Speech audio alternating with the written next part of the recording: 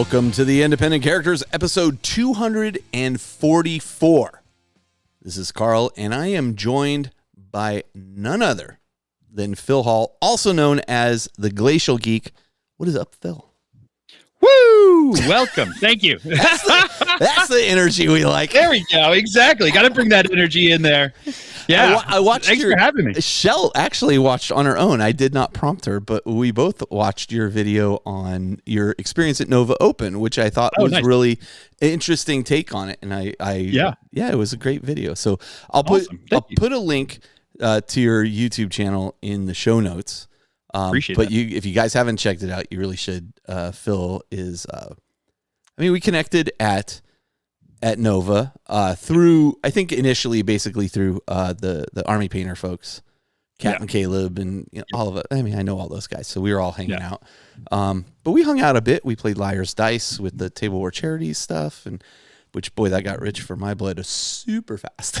Same. I was like, ooh, I've been out of work for 10 months. I can't. But yeah, I was laughing. Shell and I were laughing every time you put on your sunglasses like you were playing poker. Yeah, I've got them here. There you go. Yeah, you got to wear them. There they are. The Nova Open sunglasses. This is so good. We had a great time. And Phil, I think you and I just, started chatting and I think we're probably both cut of the same cloth in the sense that, we get along with people fairly easily. I kind of gathered that in chatting with you that here's a guy that we're kind of the same mind. But I had a great time at Nova. Yeah. Even though I did spend 2 full days. Well, 1.5 full days in the booth. Shell did 2 full days in the Table of Charities booth. But you did a good deed. So begging people for money. Yeah, there we go. I should be a politician. There you go. You're already starting there. You're on the way there. I'm mastering it. Yeah. So this episode, we have titled "Small Unit Actions in 40K," and so we're going to be talking about much smaller games of Warhammer 40,000. Games of. I find that Warhammer tends to break down at about 1,000 points. And sub 1,000 points, it really, I don't think is the best experience. At 1,000 points, it's easy for feelings to get hurt as a unit gets brought that is maybe a little too powerful for something somebody else brought. You have to really have a discussion, I think, at that level. Absolutely. And, I think it feels like at that point that there's certain units that they skew their power too much, that there's not enough else that you could make up for in a list. So if you don't have an answer to it, it starts to steamroll. You're playing rock, paper, scissors, but all you get is paper, Exactly. And so, the exception to that, I think, is probably Combat Patrol, which, is designed to be like, here's your list, you have your list. And in that sense, they're forcing that balance upon you. Yeah, exactly. But these are games that are even smaller than that, like 500 points and below. So we'll be talking about a little bit about Kill Team and kind of where Kill Team came from and where it's going. And we'll be talking about the new release Boarding Actions, which has a history, is not exactly entirely new. So we'll be talking a little bit about those and what they bring to the game and what you could expect from playing them. And honestly, I'll tell you which one I'm super excited. I'm excited about both products, but I'm very excited about one in particular. So let me just get this out of the way real quick. This show, as you know, we draw from our active Patreons, and this show is sponsored by Craig Maloney and Jeff Igleski. I hope I'm pronouncing Jeff's name correctly there. Craig is a friend of mine, but I swear came up in the random draw. Craig and his family let Shell and I stay with them while we were in Perth, Australia. And he's always been a listener to the show, even though he's kind of fallen out of 40K, but he's getting back into it right now with his Blood Angels. So he's very excited about it. Good time for that. Yeah. So thanks for your support to our Patreon folks. We really do appreciate it. As again, we're part of the Goonhammer Media Network, so you can check out all the good stuff at media.goonhammer.com for more shows and information and that kind of thing. And so I think I already explained the show concept. So let's leap right into Elite Choice.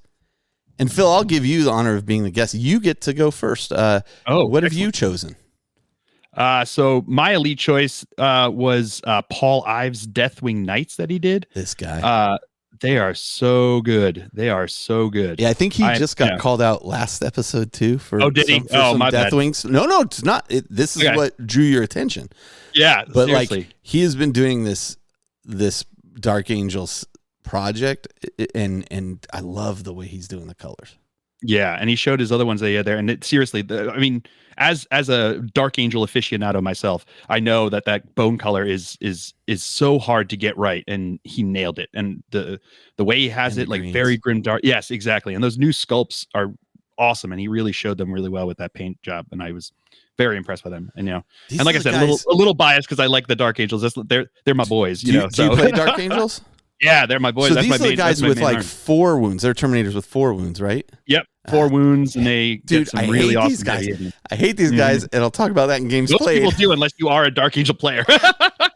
Yeah, no, they're awesome. I think my one issue with Deathwing in particular, Dark Angels in general, but Deathwing in particular, is like if you're not careful, those colors can look real Christmassy. But they really, really can. But here's a case where they do not. They absolutely don't. No. They look amazing. Not at all. Yeah. The bone that he's got there, that color on their armor is fantastic. Really great. Good.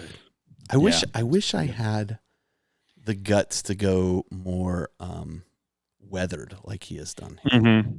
Yeah, I feel the same way with me. Like I have my usual scheme is like a little bit worn, so it's not really like parade level, but it's never like to that level that like I chicken out. It feels like it. But yeah, same. I get the good base coat down, and I get a wash, and I get a shade in there, and then I'm like, I don't want to mess it up. You know what I mean? And I got it. It looks good. I'm like, if I push it any further, I'm gonna mess it up, and then I'm gonna have this unit that I'm just gonna be resentful of myself for the rest of the time that I have to play with them. Especially if they become a good unit, and I'm like, I have to play them. But even though I'll bet you it would look awesome.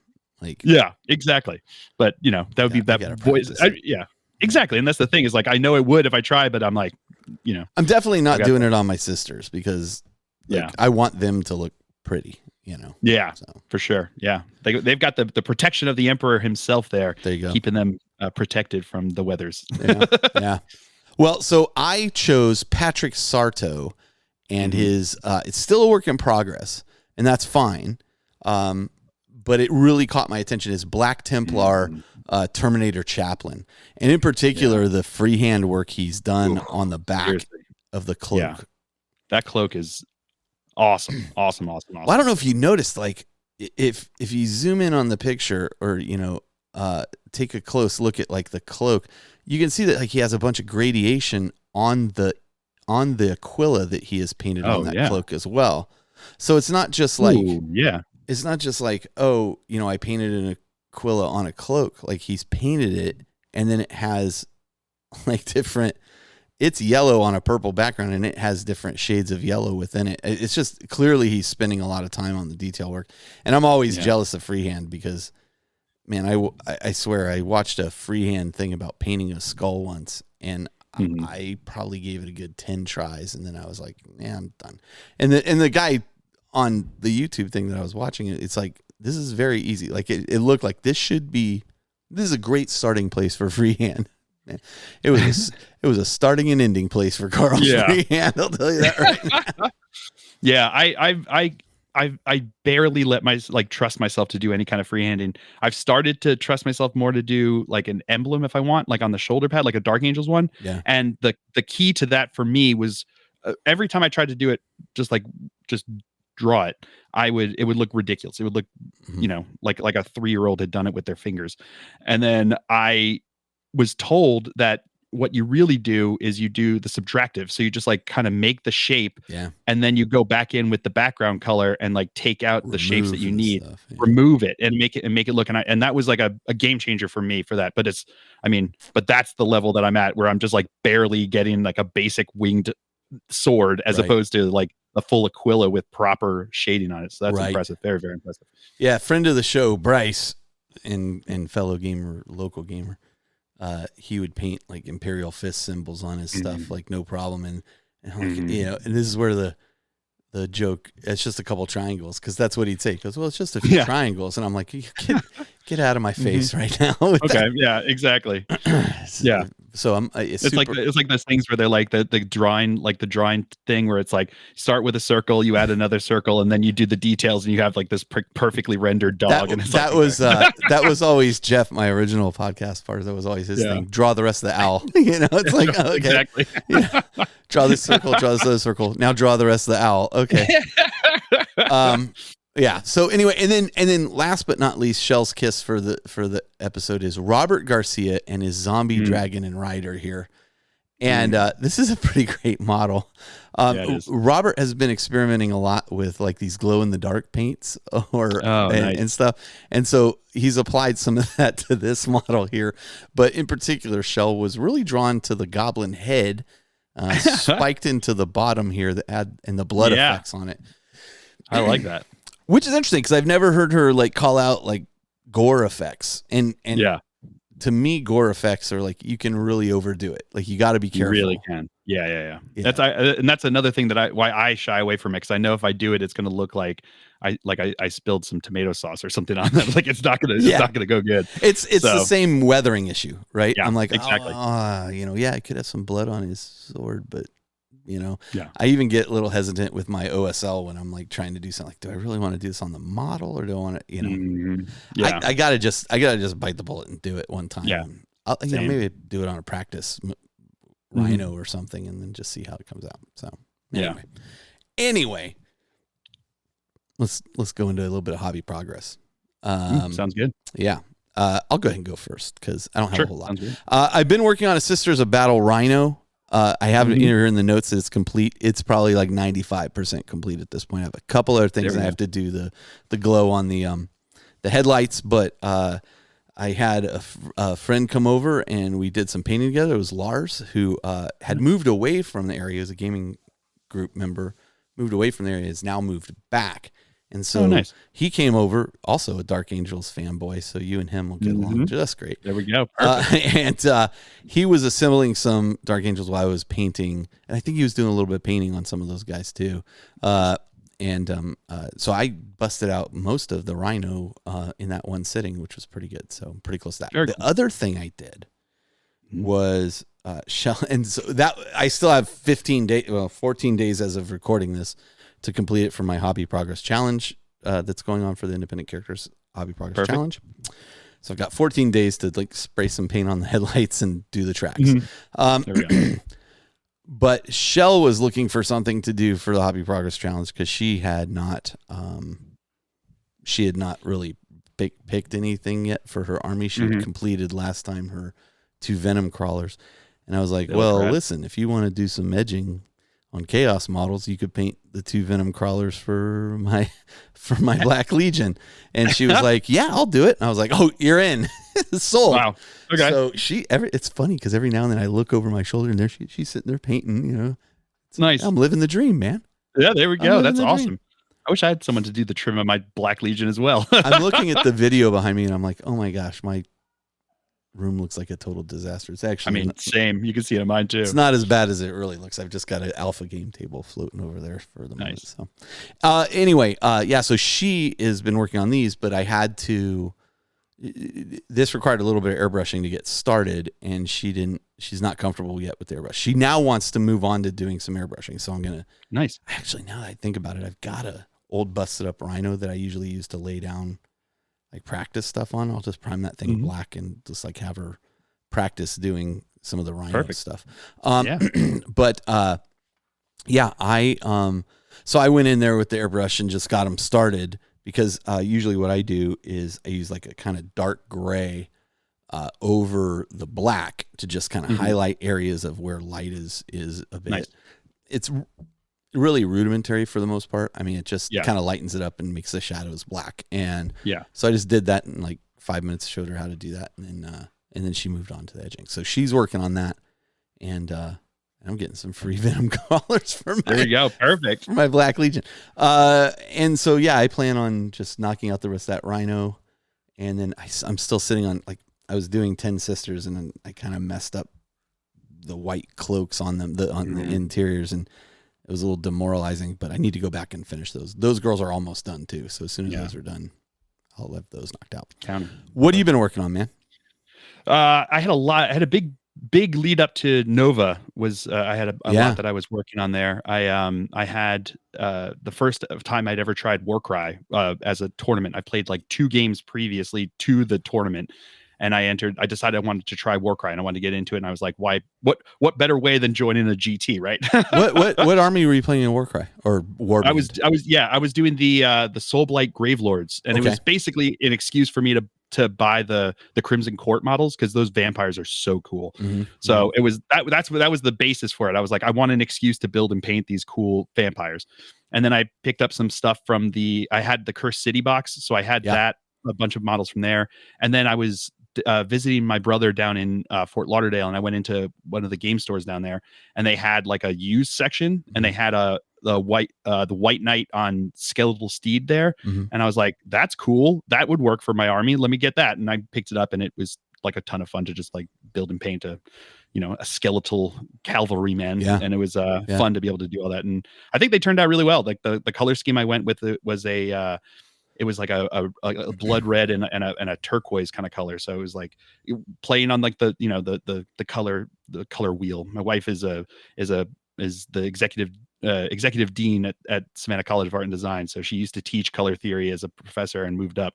But so she's taught me like, the basic rudimentariness of color theory. And I was like, let me find ones that work for this. And it did. It was kind of fun to like, show those, as opposed to just like the Christmas green and red. It was like slightly skewed a bit. Right. So Right. So they were fun. They came out really well. I was really happy how they turned out.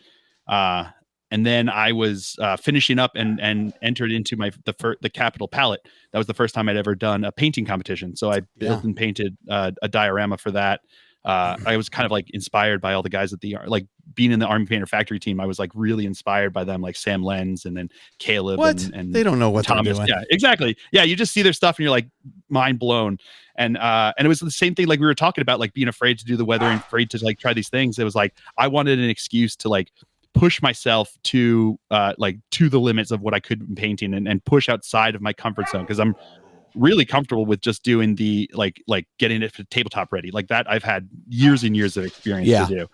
And I was like, I'm going to try harder. I want to be a tryhard, and I want to do more and push myself. Exactly. And I was like, let me give this a shot. So I like did all these things that like I've never done before. I used like green stuff to do sculpting flames.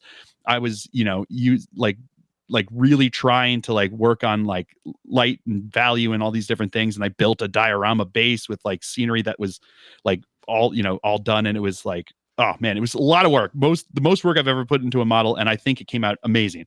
I was very happy with it. I didn't win anything, but this was the Dreadnought. It was firing the lasers, right? Yeah, so it was like the Dreadnought was like standing on like a broken Sentinel. Yeah, and he was like firing the laser. So I had skewers that I turned into like the las cannon bolts, and I had the flames coming off of like the ruined Sentinel, and he was like on like right in front of like a trench works that I had built up, and it was awesome. I really loved to do it, and it was like one of those things where it's like, ooh, this may have awoken something in me that I want to like try hard and do more painting, like to that level. I gotta tell you, I saw you talk about this on your video, and I have not entered any painting competitions ever, and for many reasons, but one is fairly intimidated, to do so.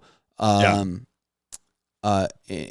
two, like it's never been something that I've been like, I've always said I'm a paint by numbers kind of guy, right? Like I look for a recipe that works for me that I'm like, oh, I want that effect. Okay. How, and then I'll piece together my recipes based on what other people have done. Whereas those people at the Nova, like that, I mean, Golden Demon is one thing. Yeah. Because you see all Games Workshop models and I'm familiar with the entire ranges of Games Workshop models at this point. But at Nova, it was open. The Capital Palette was open to everything.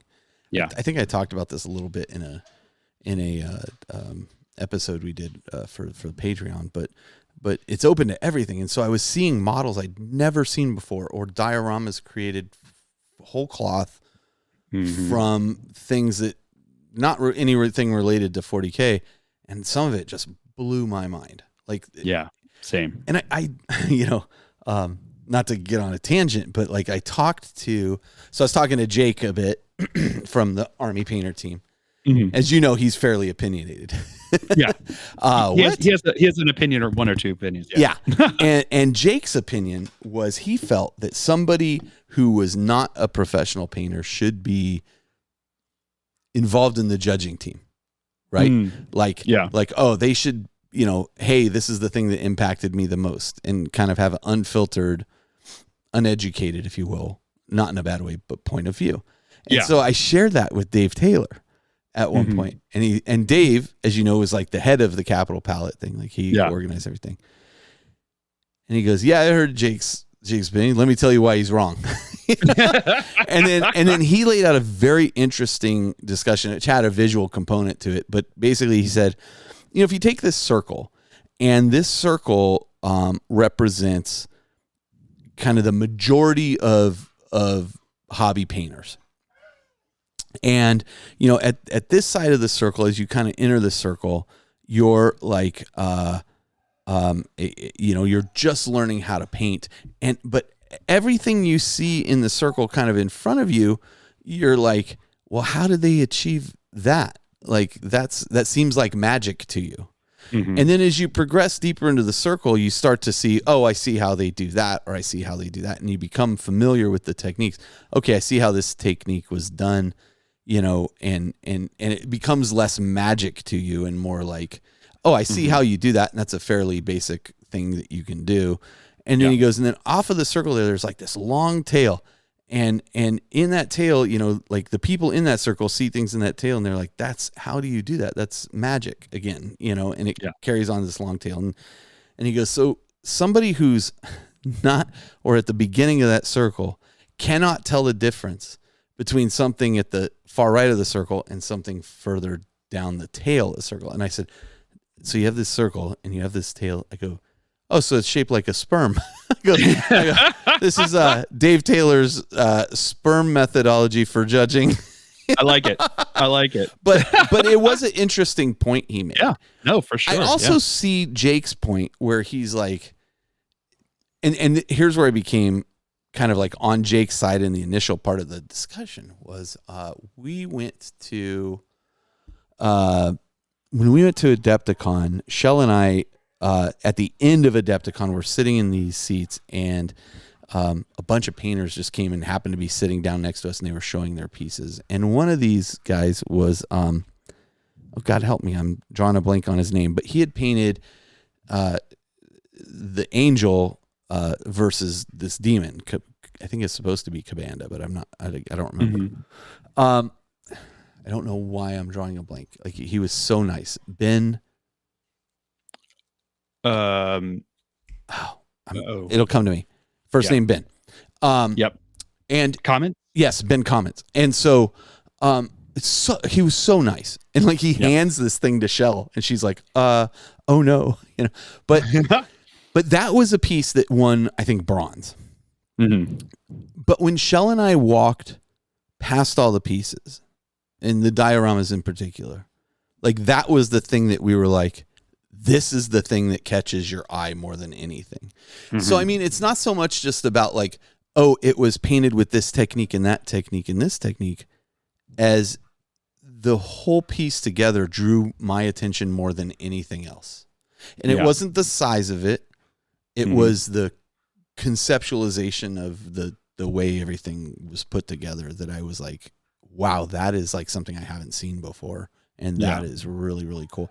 And now, technique wise, maybe it wasn't the most painted, detailed way, but for me, it was like, I felt like, oh, Ben got robbed, Yeah, no, to my uneducated eye.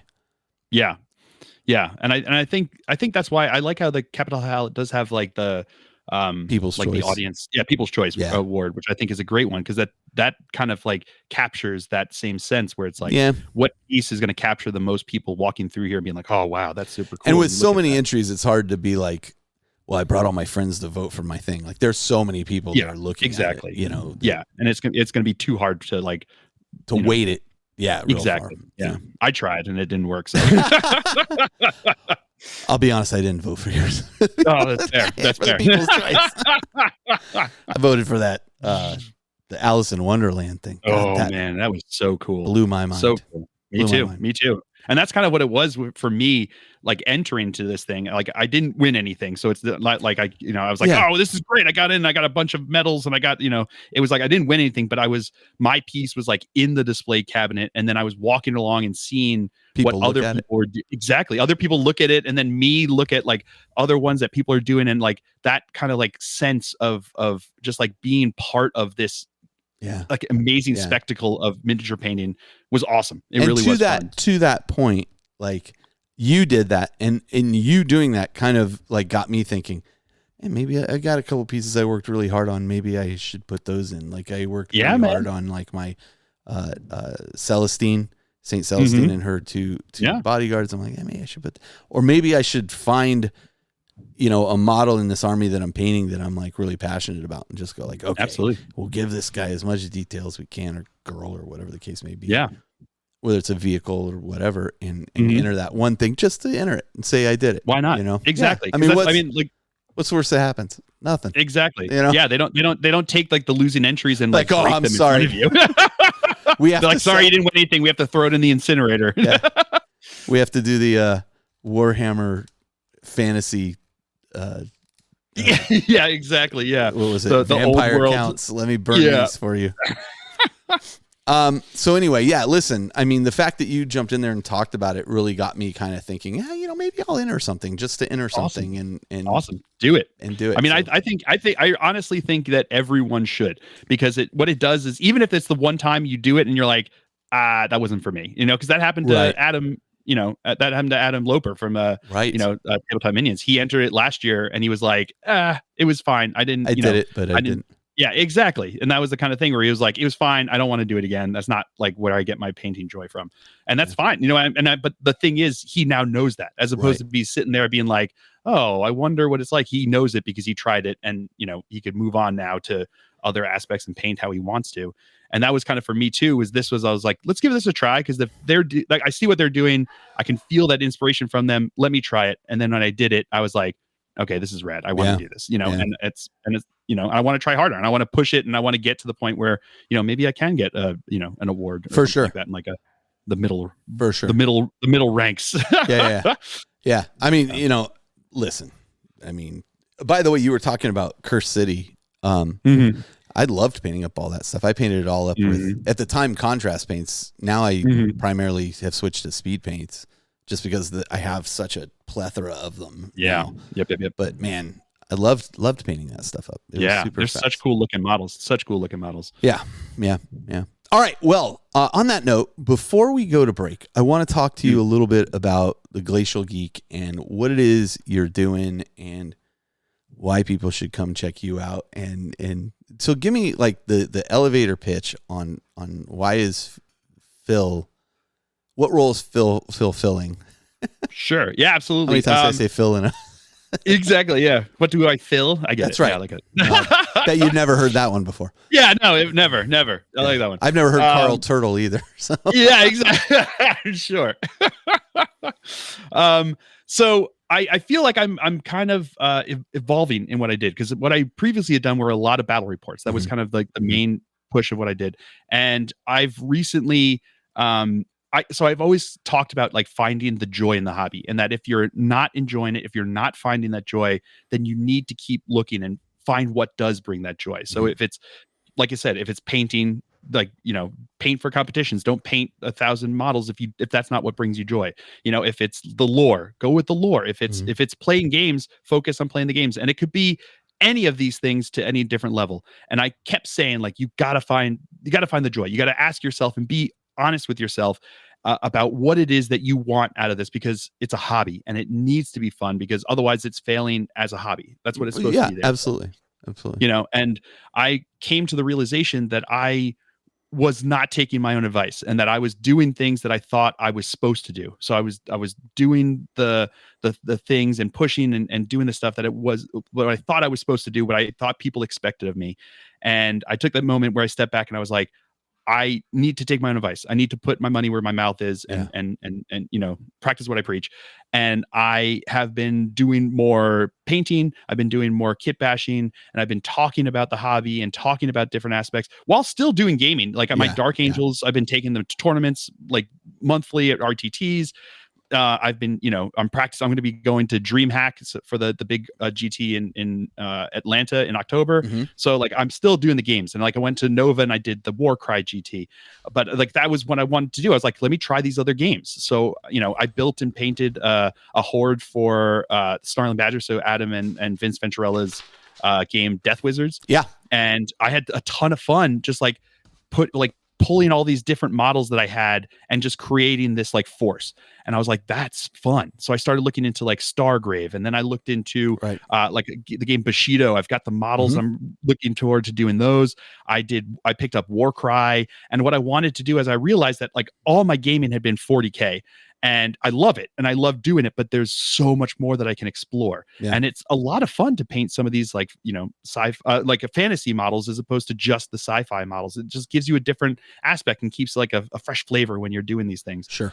So I would say the reason to come like look at what I do is I want to show my joy and allow you and kind of spark the joy in others in this hobby. So for painting and gaming, and that's kind of what I do. And I hope that it goes. Yeah. I love it, man. I see other games that I kind of get interested in. I've never been a particular like rank and flank old world guy, but I went and watched our friends Travis and Tom play a couple games, and they were answering questions for me. And I was like, well, you know, the dwarves just came out, and maybe I'm like, what am I doing? Like I need another game. Like I need a hole in the head at this point. And the other thing is, for me, you know, I'm so jazzed about the way where 40K is at the moment that I'm just really enjoying that. But I think that's very admirable, like, and aspirational to, you know, I mean, that's why we started this show, just because we love this game. We wanted to share what we loved about this game and hopefully get other people fired up about it as well. So I totally get it. I totally get it. Yeah. And sometimes there are like these skirmish games that I'm like, oh man, I'd really like to get involved in this, but I just don't. Like I bought into one of them that like I played a couple times, and I'm like, I haven't played again, and I'm like, God, you know, I like it, you know, but I'm like, what am I really doing with my time? So some of it is been, you know, time sensitive and stuff. No, for sure. And kind of my thinking of it is like I'll never know if this is what's going to bring me that if I don't try it. And that's kind of why I want to do that, is I want to like do those explorations. So it's like you said, if you play the game, you play it twice and you don't play it again, at least then you know that it wasn't like your new obsession, you know, and it wasn't that you needed to do. I've always been about like enjoy the hobby, or if you don't, go do something else. Like, exactly. And that doesn't mean go away. I mean, I'm just like, absolutely. If this is not fun for you, find something that is fun. Have you come across anybody that's like, because I know of at least one friend I have that is like into quote unquote 40K. I think they love the idea of playing 40K. Yeah. But when they actually play it, I don't think they're enjoying themselves. No, I get that. Or enjoying other aspects of the hobby. But like you said, it's kind of clicked. Like, I think they think this is what you're supposed to do. And it's like, you know, if you're not enjoying it, you know. Exactly. Like I know people that like will go to tournaments and then complain when they go like 0-3 and they get all upset about it. And it's like, and they're like, oh, well, it's because he brought like this, you know, this net list. And it's like, yeah, he's at a tournament. He's like trying to do well. And like, that's what he's doing. Like you should bring your like win. highly exactly. And it's like, you don't have to bring like a highly honed list if you don't want to, but then when you don't win, then don't complain about it. Like, it's like, that's what it comes down to. It's like, you know, like it's like if I went into like an NBA game and just got like smoked by LeBron James and been like complaining, it's like, well, it's not fair. Well, he's like 6'7". He's like a foot taller than me. Like, how am I supposed to even handle this? And it's like, don't play in the NBA. Yeah, exactly. Like, don't play in the NBA. But it doesn't mean that I can't just go like shoot some free throws or something on a hoop on the street and have fun just doing that and getting out and moving, or just like playing around with my friends. Look, and like, that's where we're just going to play horse. Okay. Yeah, exactly. Yeah. I could play horse and just like throw backward shots all day. LeBron's and that still going to beat you. Yeah, LeBron is definitely going to beat me, you know? but I probably have more fun doing it than I would be just getting smoked in an NBA game as MSG like laughs at me. That's funny. That's funny. Yeah. All right. Well, fantastic. Again, I'll put in the show notes link to your channel and stuff. And in particular, I think the Nova coverage, it was just a great video. It was so full of energy and fun. Yeah, so. It was fun. It was All right, really fun. let's do this. We're going to take a short break. We'll come back and then we'll launch into our main topic, starting off with the discussion around Kill Team. And sounds great. All right.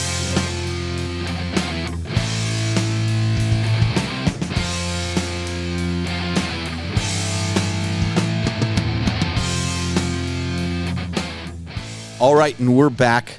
Again, it's Phil and I, and we're going to talk a little bit about Kill Team. So, again, the overarching kind of discussion here is really about small unit actions in Warhammer 40K and how, even the smallest unit actions can have critical factors in larger events and larger things within the 40K universe. So, I mean, we see it all the time when we read stories about Space Marines or whatever, and this squad does this thing, and it's like that thing changes the direction of whatever.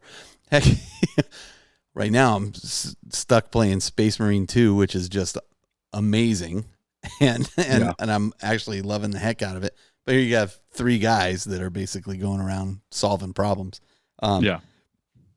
Ed from Life After the Cover Save and myself were playing together. Ed Travis and I were playing together, and nice. Ed and I kept laughing because your guy at some point goes to the captain and he's like, I need, 2 squads and to go do this. And the captain will be like, I can only spare 3 men. This is like, and then you're walking through the ship and there's like 20 guys like getting a sermon told to them, or like guys just hanging around. I'm like, what are these guys, union guys or something? How come they can't help? This is a critical situation here, boss. But they're over hours. They can't. They got no. That's right. They don't have overtime scheduled. I meant to mention this in the hobby progress thing because if there's anything that'll kill your hobby progress, it's a video game. And man, Space Marine 2, like we're all in on it. Yeah. So small unit actions, in particular, Kill Team. Just briefly, Kill Team really focuses on just a few models. You're usually 5 to 10 models at most. 10 would be like an Orc or Imperial Guard type situation. I don't know if they go beyond that. I don't know if they go up to like 12 or something. I think there's a few. There may be a few more. Like if you have like the Blooded or like the maybe that kind of stuff. Yeah. Like the Trader Guard and things like that. Because you got things. So yeah. But I mean, those are like the smaller ones, and then you'll also be rocking like maybe 5 Space Marines at a time or something to that effect. And they're all fulfilling different roles. Like you may have one heavy, you may have one tactical guy, you may have one assault guy, etc. But let's talk about at its core, Kill Team is a skirmish game set in the Warhammer 40K universe. So where did it initially come from? We were talking before we started recording, Phil, about not Epic Armageddon, excuse me. Armageddon Shadow Wars. Armageddon Shadow Wars. This was a box set that Games Workshop. This is an interesting story too. I don't know if people remember this, but this was a box set that people put out, the Games Workshop put out, and it had terrain in it that we hadn't seen before. And now you see everywhere, but at the time you didn't see this terrain anywhere before. It was new terrain, and it had a rule book, and it had, I think it came with IG and Orcs or something to that effect. It was Space Marine Scouts. Oh, that's what it was. And I think and Gene Stealer Cult, wasn't it? Maybe. Yeah. Yeah. The interesting thing about it was really, as you said, Phil, is kind of just reskinned old Necromunda rules. Yeah, all the rules were just old school Necromunda that they just reskinned to be like a 40K kind of game. It came out, it sold out, and people went nuts that they couldn't get a copy of this thing. Like, I remember people were upset and angry that they couldn't get a copy of this. And to be honest, the game was okay. Yeah, it was okay. It wasn't great, but it was fun. I tried to do a campaign with my friend, and he was the Space Marines and I was the Gene Stealer Cult. Yeah. And we planned to do like a whole campaign. And after the first game, I had 2 of my guys had been like seriously wounded, so Yeah. they had like major head wounds, Yeah. which like lowered everything by like 1. Yeah. And then he was able to like bring in a Terminator, and his Terminator was like the old school Terminator saves where it was like you had to roll like a 2 on 2d6 or whatever it was, and it was like, so he starts clumping through with that, and I've got these guys that are just like Worthless. limping along with like head wounds, and I'm like, so after like I think we made it through 2 or 3 games, we both looked at each other and we were like, yeah, this is not just working. snowball. Listen, it's not working. This is why Adon hates Necromunda. Like, Yeah. he just got wiped out at one point. He's like, "Oh, this is stupid." I'm like, all right, well, Yeah. you got to just kind of embrace it. But I think it works for Necromunda, but I don't know that it really worked for Shadow War Armageddon. And that being said, like, it was an interesting foray for GW to kind of be like, okay, here's a skirmish game. We can just take these old rules, kind of reskin them and add a few things. And then release it in the 40K universe, and it took off. Like, I mean, like I said, it sold out. They did a second run of it, and that sold a whole bunch too. So I think they were like, oh, well, that was inexpensive for us to do effectively. Exactly. Yeah. And maybe there's something to this. At the time, I was part of the playtest team for narrative stuff as we kind of moved into 7th edition and all that. And, I remember being sent the first Kill Team set of rules. This was like, we didn't have like a set. It was just, here's the PDF of the rules. This is what we're thinking. Yeah. Please play it a bit and tell us what you think. And I gave some feedback, and then they were like, oh, no, you're playing this rule wrong. Here's how this should be. I'm like, oh, okay. And so we went back and played it a couple other times, and I was like, oh, this is pretty cool. I mean, the Harlequins were ridiculous. Yeah. But this is really cool. Like, I see where you're going with this now. And so then GW released Kill Team. But actually, back up a step, because I missed the step. Go ahead. Yeah, Phil. there was another box that they put out that was called Kill Team. It was just like this red and black box, and it came with like a tactical squad and a Tau Fire Warrior squad. Okay. And then like a small little booklet. And essentially what it was they had a few changes to how like the game played, but it was essentially you took 500 points of 40K stuff, and it had to be in full squads, and then you played them. You played it basically the slightly modified. It was basically just 40K with 500 points, but they called it Kill Team. And like my go-to was 4 Ravenwing Black Knights. Like, that's like the kind of level that you're talking about here, where it's like it skewed ridiculous. Like, I had a friend who brought like a rhino with a squad of guardsmen. It was very a weird game, like the mechanics that they had for it, and it was like their one of their like their foray where they were like, okay, well, this is like, you've already got 40K models, so why don't you just play them in a different way for a smaller game? If you don't have 3 hours or whatever to play a full size game, you can play it in a smaller. And that was like their thought process at that time, before they moved into like a true separate game in and of itself, which was the 40K, the Kill Team that you're talking about. Yeah, interesting. Like, it was a red. Did it have Raven Guard on the cover of the? Yes, it did. Okay. Yep, I found a picture of it. Yeah, while you were talking, this was out very briefly. Yes, it was very briefly, and I think like I got really into it because I really liked the idea of a smaller game. Like it was one of those things where I was like, I wanted to play 40K, and I did the Shadow Wars, and I was like, it wasn't sustainable. Like it wasn't going to be able to keep going into like meaningful games especially for battle reports. So I found with Kill Team, I was like, this is fun, and I started playing a bunch of the Kill Team. That's where I started with that, because I was like, I want to play a smaller, quicker game, because I can do this. And back then I could record 2 games of it in the time it took me to record 1 game of 40K for a battle report. Gotcha. And I was, and I really liked it. I really liked having a quicker game so that you could play it. And like, if things started to steamroll, it was so quick that it like, you didn't feel quite as bad. Right. And I went with that. And then they came out with the actual Kill Team, which is more of a bespoke rule set for it. Right. And that was fun. Yeah. Right. So that was the one, not the one you just referred to, but the iteration after that came in the big orange box, where I got involved in playtesting some of it initially. giving feedback. Like that was one of the few times we were like given the rules and given plenty of time to give feedback. Yeah. Because like normally that stuff came so fast, we didn't have really a lot of time. Yeah. And I got to tell you, like right off the mark, like I very much enjoyed it. We were playing, like I convinced the Table War guys. I was like, you got to come out with mats of this size because I think this thing's going to become pretty popular. Yeah. And I bought some of those. they're great. Yeah. I still have a bunch of them. Yeah. And it was super easy for them. I'm like, just cut down the artwork you've got and cut out a piece of it and be like, there you go. Kill team. Yeah. Exactly.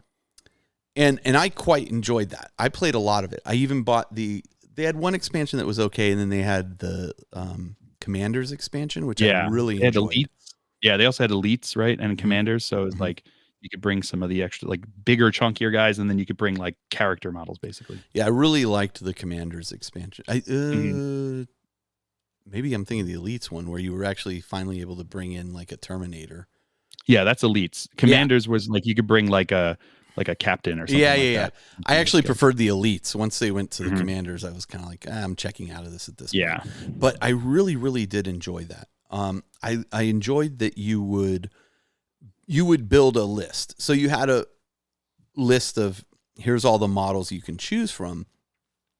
Yet you would build your list how you wanted it, and then you could go play with that list. We played that for quite a bit. Then Kill Team 2nd Edition came out. I guess that we're calling it 2nd Edition, but it's really kind of 3rd Edition, right? Yeah. And that changed everything. Now you no longer had the capability to build a list as you were given lists. Like you're playing these guys or these guys or these guys, and here's what you have. Yeah. Additionally, that's where they introduced the infamous shapes instead of inches. So couple things there for me. I kind of was disappointed in the lack of ability to build my list or select my list how I wanted.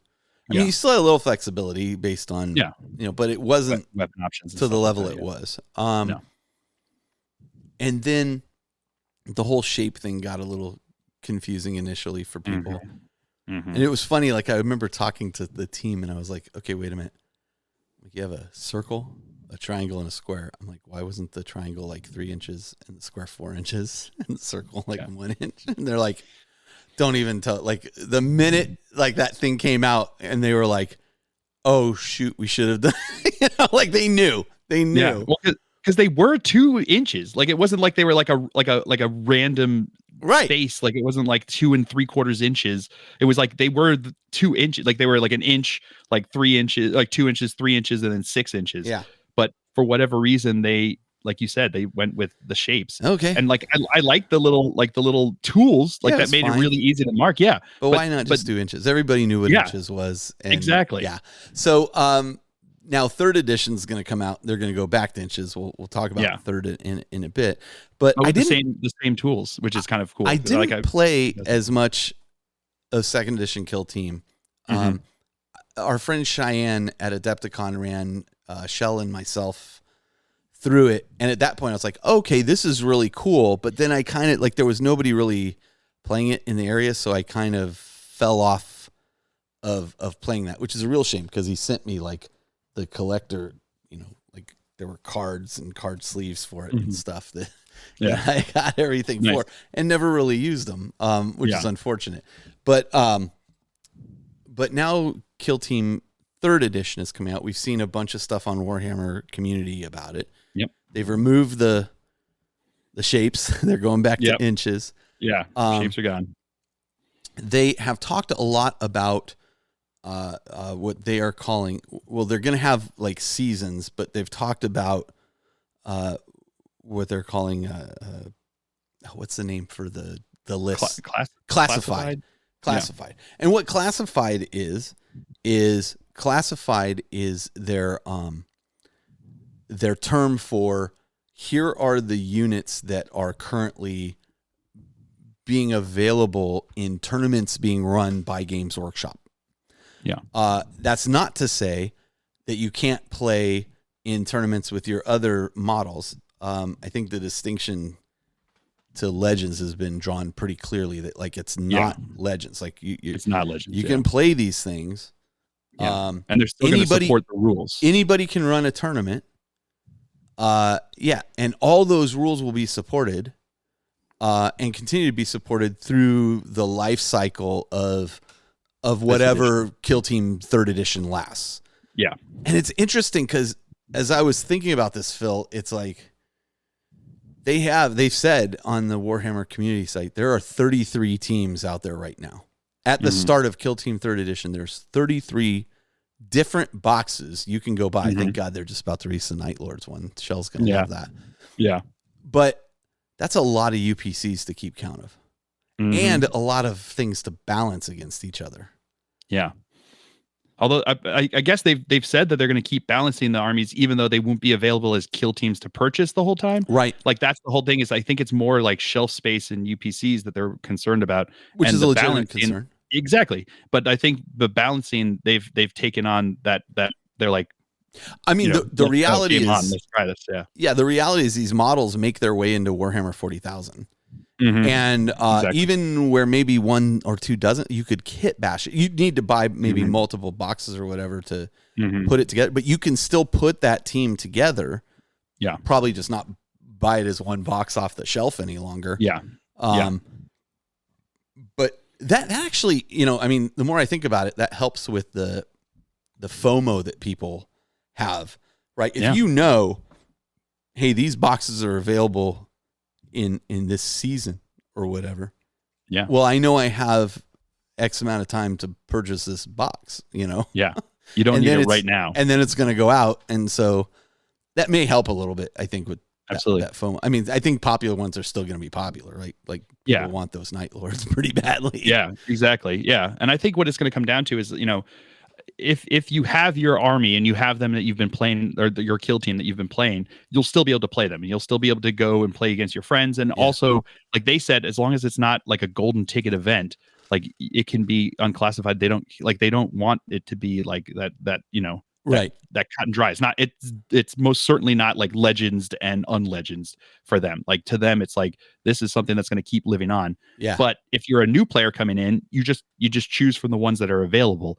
And that's kind of what it comes down to. And that you're not obviously going to have like a want for choice. There's going to be a gajillion of them there. Even if like, the Orc Commando Squad is no longer available as a kill team box, you can still get. You could go make Orc Commandos. Exactly. You can if you want to look into that. Geez, you could probably piece them together from eBay sales or trades, Yeah, easily. Exactly.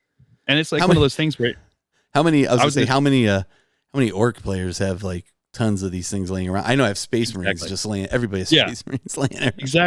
Exactly. And I think it's one of those things where it's like the players who are currently playing are not going to lose the use of their kill team, right? But it'll allow them to keep a handle on how many like boxes they have on the shelves, right? That they can then have new players just don't necessarily, they're not going to be necessarily encouraged to go make their first kill team the Orc Commandos that are no longer available as a kill team. They'll be more encouraged to take any of the ones that are currently being done. But once you build it, once you have it, once you've played it, you can continue playing it for the remainder of the whole season. For the remainder of the edition, the edition. I mean, based on the life cycle, it's probably 3 to 5 years, something like that. So, exactly. And I mean, you can just continue. And if you enjoy the game, there's no reason you can't continue. I mean, with that many teams available to you, you can just do whatever. Again, I think the one thing that I do kind of miss from it is a bit of the customization of your list. Like I understand why they've done it, because they're trying to balance all these things against each other, which makes a ton of sense. And if something doesn't meet, one thing it does do is make it easy to say, well, I'm tired of playing these guys. Maybe I'll play these guys, and you paint up a squad and you're done. Exactly. And I think that's part of why they wanted to keep it that way, is that they want to make this a distinction that this is not just 40K light. Like this is not like the first, like that first edition, that box, the black and red box was literally just, you played 40K rules and you just played them with less models. Right. This, they want us to be like, this is its own game. And like, yes, it shares the same kind of lore. It shares the same kind of story that's going on. And that there's that interaction, but it's not meant to be a feeder game to 40K. Correct. Like it used to be. Correct. Yeah, it's correct. It is its own game. Yeah. Using modern. I mean, I think to a degree, it's still using, like, if you play GW games, this is going to feel familiar. Yes. Right. Yes. Like, I don't think it'll feel like, oh, wow, they're using D12s for, yeah, exactly. For everything. Yeah. You still got D6s that you're rolling. What do you mean hit on a 7+, you know? Yeah. I think, it's going to be the standard kind of D6s and this kind of thing. But I think they're, as you said, it is not 40K. Like, getting into 40K is now covered by,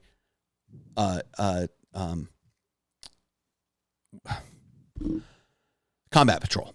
Yes. Like, Combat Patrol is like and I think it's brilliant what they've done. Yeah. Honestly. Absolutely. Like, how long did they sell those boxes of, like, starter boxes? But you're like, oh, so this is all I need to play? Well, no, actually, you got to buy one of these. Yeah. You got to buy one of these. Yeah. You know, and now it's just like, no, you pick up that box, you assemble, you're playing. You play your buddy's other box. Yeah. Long overdue for something that was sorely needed. And it's proven to be very popular. And I think it's absolutely the right way to get somebody new into Warhammer 40K. Absolutely. Kill Team is not it. Now, no. If you love the lore but don't want to get super involved in building out a huge army or something, you know, and you're just like, I just want to mess around for, you know, this looks kind of fun. This is a great entry into the universe of Warhammer 40,000. Absolutely. I think Kill Team always has been. But previously, I thought it was kind of a feeder game.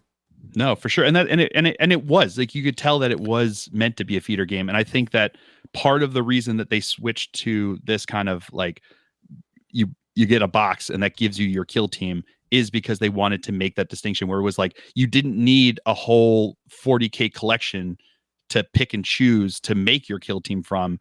You just bought that box and that's the way you play with it. And yes, those models, if you decided to play them into a bigger game of 40K, could be used. Right. But that's not the aim. The aim of it is to play kill team with it. And in order to play it, you don't need a whole army. You just need that one box. Right. So anyway, I mean, I think it's cool how they've made the game accessible. The other thing that's nice about it is if you don't have a lot of room, this is something that plays on a kitchen table super easy compared to, I mean, even the pared down 40K game, which is now on a smaller, you know, table and such, is still a beast to set up and get moving. So it looks like the 3rd edition of Kill Team is launching with Hivestorm, which is, they've already announced on the site it's going to release with, you know, terrain and the what do they call the jump pack guys? The Aquilon, the Tempestus Aquilons. Yeah, right. Yeah, which are really the drop troops. Scions with drum pack. Yeah, with drop packs. Yeah, I think they're pretty neat looking, and really rad, Vespids, which I think are cool too. And speaking of units that will make their way into 40K, Vespids, these guys will probably make it into IG. You know, I think it's cool. And actually what it does is, in some ways, it gives you some hints in what's coming in Warhammer 40K as well, right? Yeah, exactly. They're not going to release these models and not put them into Warhammer 40,000 and make you want to buy them and put them in that army as well. So. Yeah, for sure. Like, they're not gonna like deny you a purchase of a model even if you don't want to play Kill Team. Like, they're like, whatever you want to buy it for, they're going to allow you to do that. But I think what they want to do is they want to have that separation where it's like you don't need a whole 40K collection to play Kill Team. You just need that one box and you can get into it. Like you do with like a Combat Patrol, or you do with like you know, with that kind of thing where it's like it's meant to be one box and you can play. And then if you want to buy more boxes, that's on, you know, you can do that if you want to, but you only have to buy that one box. And Yeah. And so the other thing that's nice is that you don't necessarily have to buy that box to start playing Kill Team. Yeah. They're selling the rule book separate, along with, it probably gets bundled, I'm imagining, in the shrink wrap, along with a bunch of the markers, the like objective markers and that kind of stuff, which are going to be needed, I think. You know, you have like activated, not activated. I assume it's working under activation units, just like the 2nd edition one did, you know, which is awesome.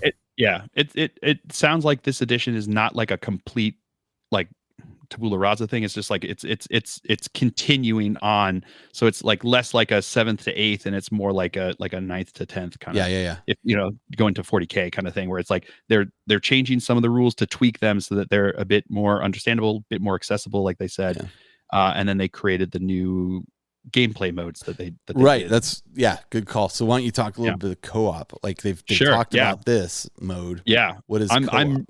I'm really excited for that, because there's a whole realm of games out there that are meant for solo play and co-op play, and this is, as far as I know, the very first GW game that is like, I guess you could have done some of the boxing Curse City and Curse City and stuff like, or like the Warhammer Quest games like that. You could do that. So Black Fortress, or Blackstone Fortress and stuff like that. But this is the first kind of like wargaming versus like more board gaming that's meant to be, that's has a way to play it as a solo player or as like with someone.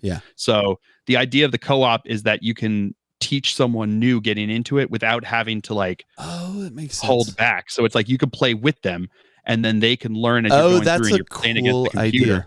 That's a cool idea, because then it's not immediately competitive and you're like, well, yeah, okay, but my sniper now shoots you. It's exactly. We're going to work together. I'll show you how the basics work. We'll play this few times. And we're going to win or lose together. Right. And then you can do that as or if that's what you enjoy playing, that's how you play it. Absolutely. Right. And I think that having that solo option is great, because the number of times I hear people say is like, oh, I'd love to do this game, but like get into, Warhammer, but I live 5 hours from the closest game store and there's no one in my area that wants to play it. And I just think it's so cool, but like, what's the point of getting into it? It's like, well, now you have a way to do it. So you can play against yourself, but not have to be, it doesn't have to be Sadhammer where you're like making the same, like exactly the same. I assume there's rules for like, this is how they behave, in given situations, and you just navigate. So they'll have the basic, like, AI. I've played other games like that. Shadows of Brimstone is a game where it's this is how monsters will move. This is what they'll do. Blah, exactly. Blah, blah. Oh, interesting. Frostgraves have another thing like that. Where it doesn't surprise me. I got to tell you, I'm not a solo play kind of guy. Like I have a lot of board games that I could play solo too, and I'm like, all things considered, for me these are always social aspects. But I do love the idea of like Shell and I sitting down playing against the game. Yeah. Absolutely. Mostly because Shell she gets real cutthroat when she's playing against me. She'd rather be on her side. She wins. She can get cutthroat against the enemy versus you. Yeah. And then the other aspect here is multiplayer missions. And I think we are seeing more and more of that, because you'll see it as well in boarding action, that there are missions that take into account, well, we have 3 players. What do we do? Or we have 4 players.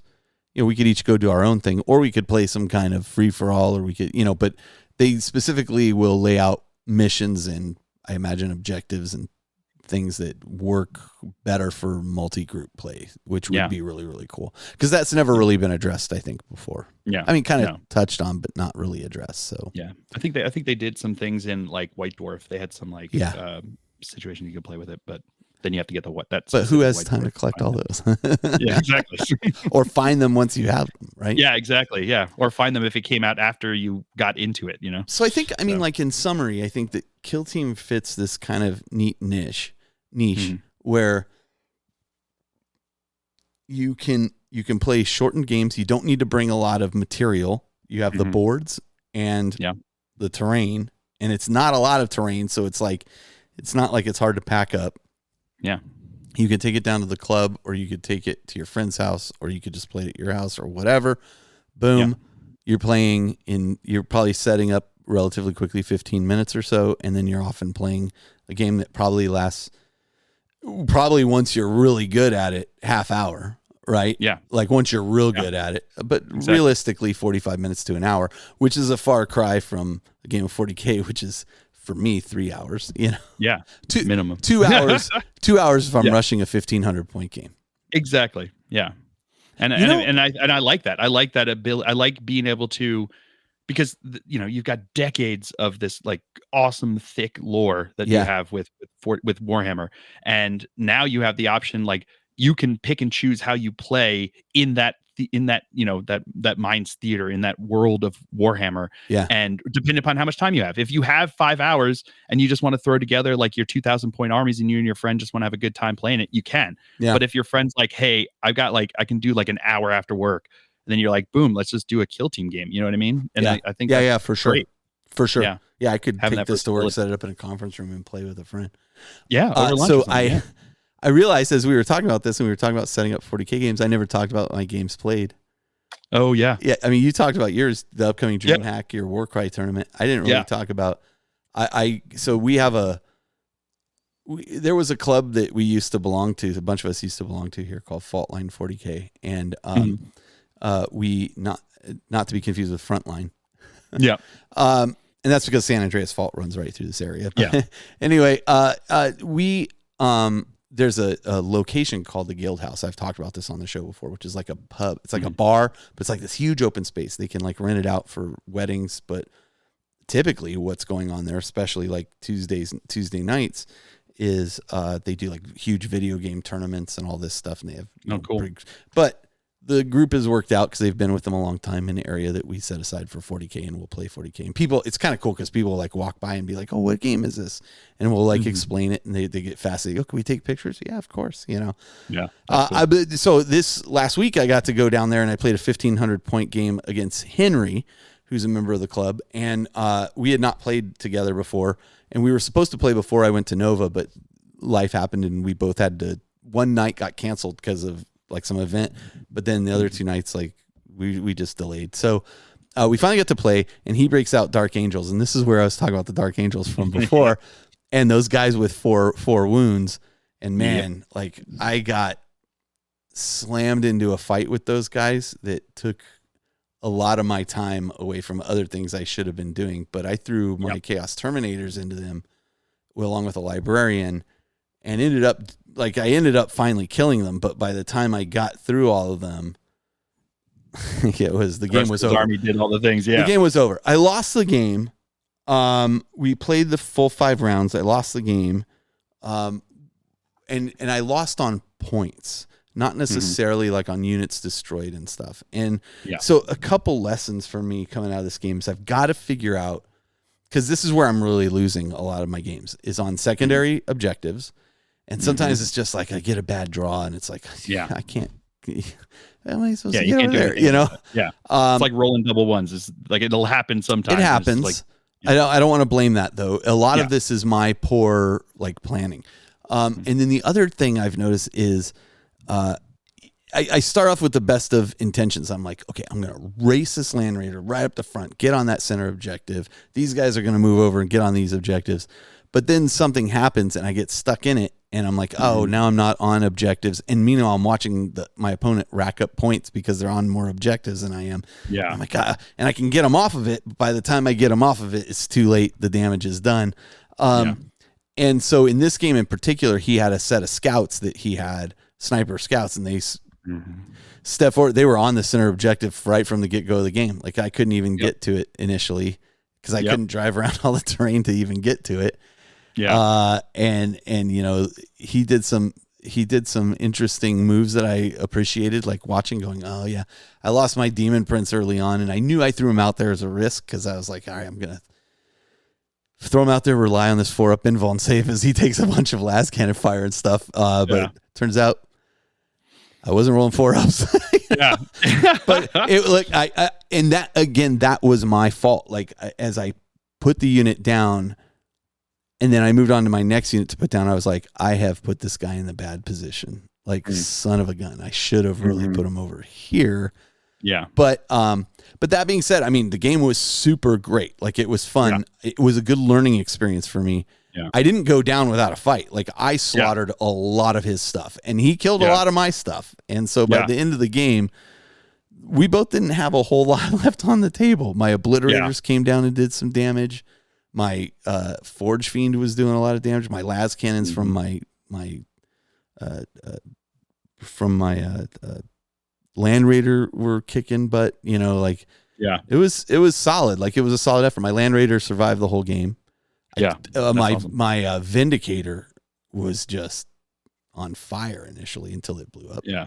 But until he was literally on fire. Yeah, until he was literally on fire.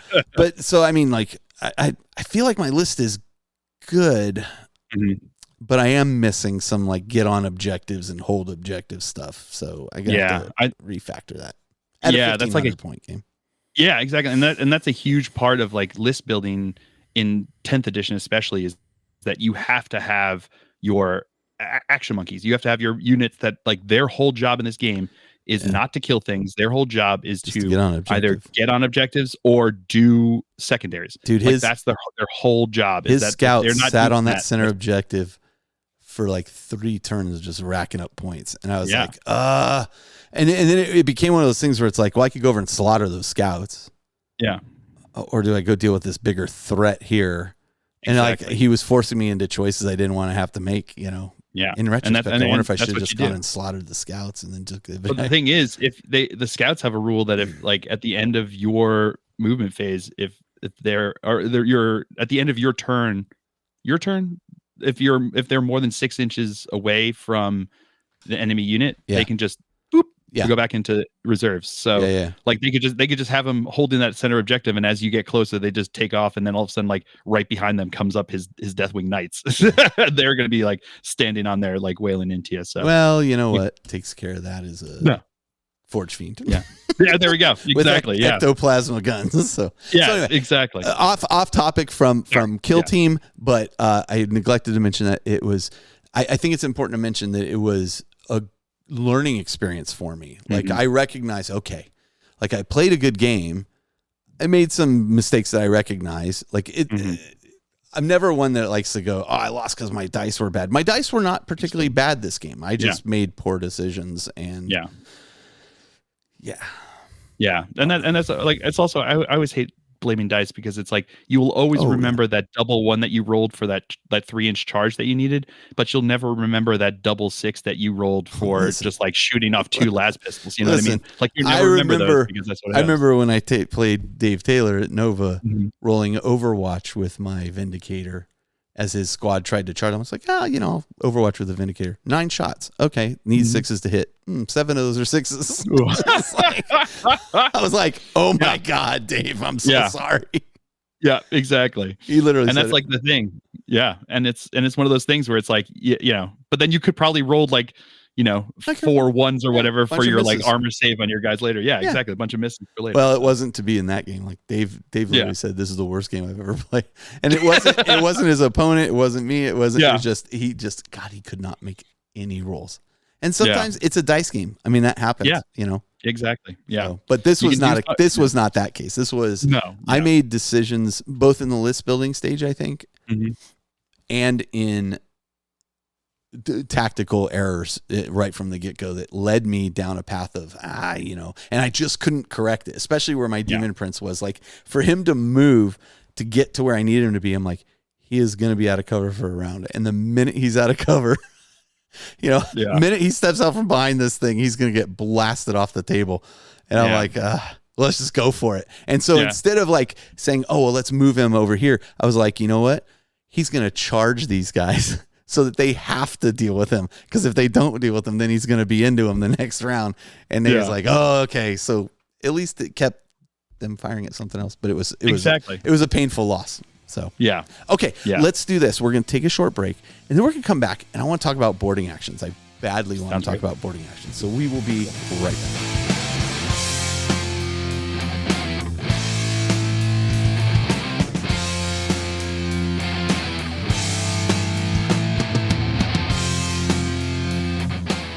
All right, we're back, and we're continuing to talk about small unit actions, but now we're going to move into boarding actions. Boarding actions, for those who don't know, is a book that has just come out recently, soft bound, which I was surprised that they soft bound the book. Probably to save money, I'm guessing. Yeah, I'm wondering if it's because of the size. It's 296 pages. Like, it is a beefy book. I feel like it is. Now, again, I have not really kept up with boarding actions since it came out.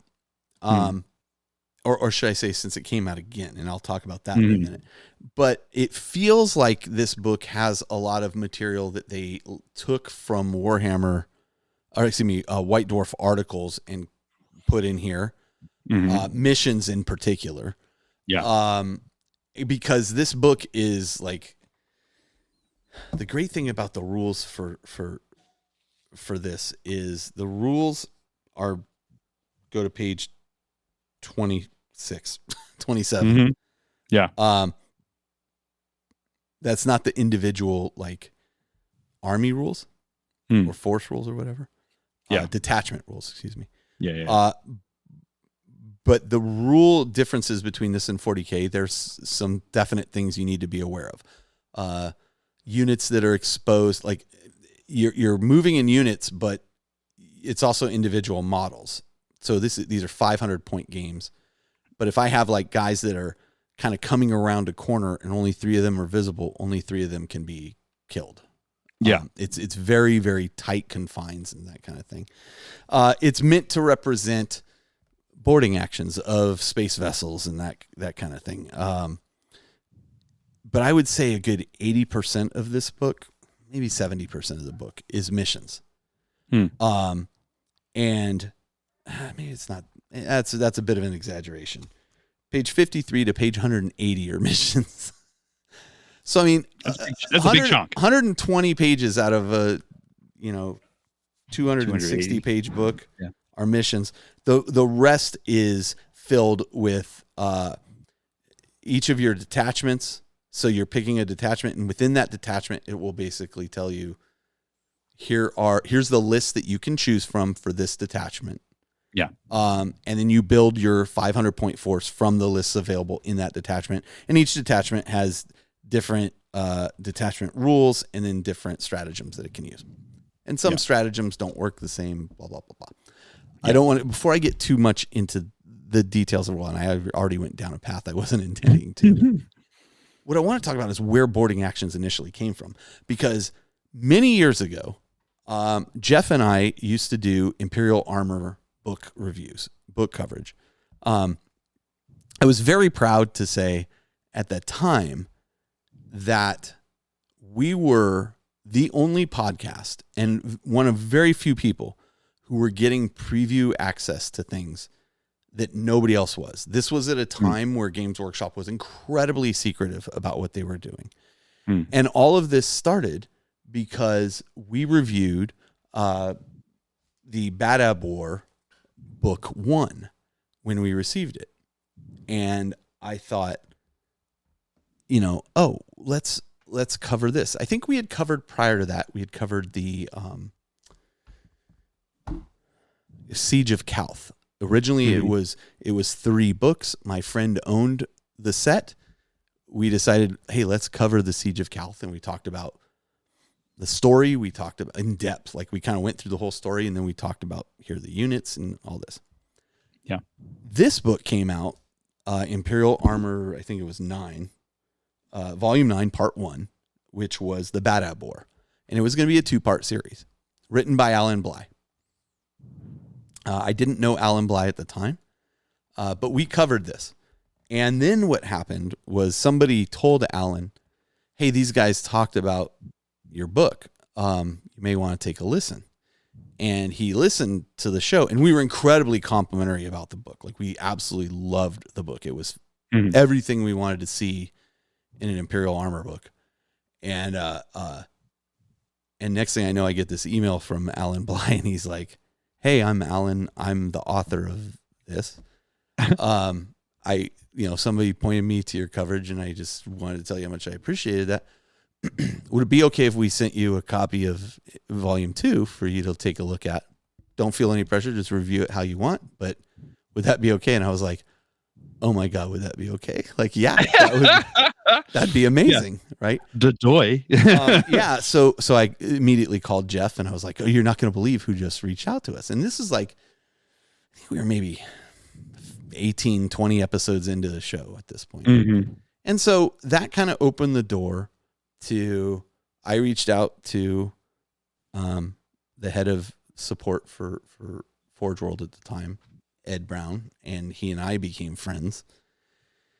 It was so funny because he like called me and he's like, or I called him and I'm like, hey, you know, Alan said to give you this information. And he's like, oh yeah, yeah. And he's talking, he goes, man, I feel like I'm talking to a rock star. And I go, what are you talking about? I go, you work at games, you work at Forge World. I go, I'm the one talking to the rock star. I go, what are you talking about? So we were laughing about that, but we became very good friends, and Alan and I became very good friends over the years until his passing.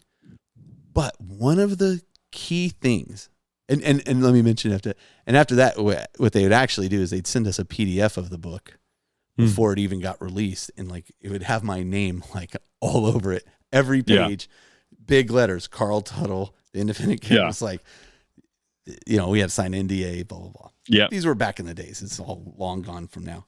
But one of the great things about Imperial Armor Volume 1, or excuse me, 9, the Bad Ebb War Volume 1, is the boarding action rules in here. And this was the first time they, I think, made it into any kind of 40K event. Jeff and I had certainly not seen these before. And it was kind of the thing that I think Jeff latched onto right away. The first thing was called Blood in the Void, Space Boarding Action Rules for Warhammer 40,000. And at the time, you had a force organization chart. So you had to take, you know, an HQ and 2 troops, and then you could take whatever. This played around with the force org chart to allow you to bring small units and made some unavailable. So like you couldn't bring, you know, vehicles and that kind of thing. It was all troops, HQs and troops primarily, and some elites, based on who was the attacker and who was the defender. And then it laid out 3 different missions that you could play. You randomly decided the missions, and then you would play those missions. And I remember Jeff and I saying, well, let's play test this before we cover the book and everything. And going, well, we don't have this kind of terrain, and just laying out like every piece of terrain we possibly had to like make things as tight as possible. Yeah. And just having the most fun with it ever. Yeah. So when this book, Boarding Actions, came out, I didn't get a copy initially, and one of my friends did. And I started looking at it. I was like, oh my God, this is awesome. Now, it says specifically with the boarding action rules that you will need some of the specific boarding action terrain to use with them. I would say that if you were going to play these missions exactly as written, that is absolutely the case. You will need the boarding action terrain set, which all mine I'm looking over is on sprues right over there. And I'm like, I gotta start cutting this stuff up now. But the core concepts of this, the way it works, like, honestly, you can take these missions and you and your opponent can agree, like, hey, we have this Zone Mortalis terrain. Let's just call this area, and these are our setup points. What do you think? Oh yeah, I think this should be my set point. Okay, yeah, let's do the mission this way. And for most of these missions, you can take the concepts of the mission with some common sense applied, use smaller. You could set these up with blocks, quite frankly. I mean, absolutely, like anything that you have that creates walls, you could do and play these missions. And use these rules, which are designed for small units of 500 or less points, right? I went to make my first boarding action team. I'm like, oh, I want this unit and this unit, and I'm like 505 points. No, yeah, exactly. No, I don't want to give any of these up. But man, I'm telling you, like, again, this is a great way to play games where you are. Now, this is going to take a little bit longer than a kill team game. I'll tell you that right away, because just the setup alone is going to take a little bit longer. Yeah, that terrain takes a while to get it right. That's what, because the missions will, as you were, they're specific. Like, line this one up on this, and you have 2 boards that you use. You line up the pieces like this. The doors go right here. There's rules for opening doors, closing doors, shutting doors in your opponent's face, holding doors closed. Yeah. I mean, it's fantastic. Hodor it up. That's right. That's right. It's fantastic. They've really done it justice, and I think that it keeps the spirit of what Alan had written like absolutely alive. Mm-hmm. The next thing I would throw out there is, we just talked about Zone Mortalis terrain. Boarding actions, as it was originally written, then led to, in later Imperial Armor books written by Alan and John French and a couple other guys, the Zone Mortalis rules, which were effectively just boarding action in dangerous areas. There was a few adjustments to it, but not much. But one of the things that they don't have in this, or maybe they do have in some of the missions that I haven't seen, that they had in Zone Mortalis and previous boarding action stuff, was there were some cases where if you were in areas, there was a chance that like there was a cave in, or there was, an explosion or things like that. Yeah. I think I would go pull some of those old tables out and still use them in absolutely. But, okay. So do you have a copy of this book yet, Phil? I do. Oh, yeah. And I gotta say, like, when I look at a book and I go, did I get my money's worth? Like, this is a book where I'm like, wow, I got my money's worth here. Yeah, absolutely. Absolutely. And it's just, and I mean, it's also just like, they're really good at layout. Like they make their stuff look really good. Yeah. And I remember back when I first tried to get into Warhammer, back when I was like 11 or 12, and like the thing that I like latched onto was like getting the old books and just like looking at the pictures of the painted models. And I still do that like to this day, Sure. I'm 41 years old and I'm over here like oogling and ogling all the like the cool looking painted models that they have in there.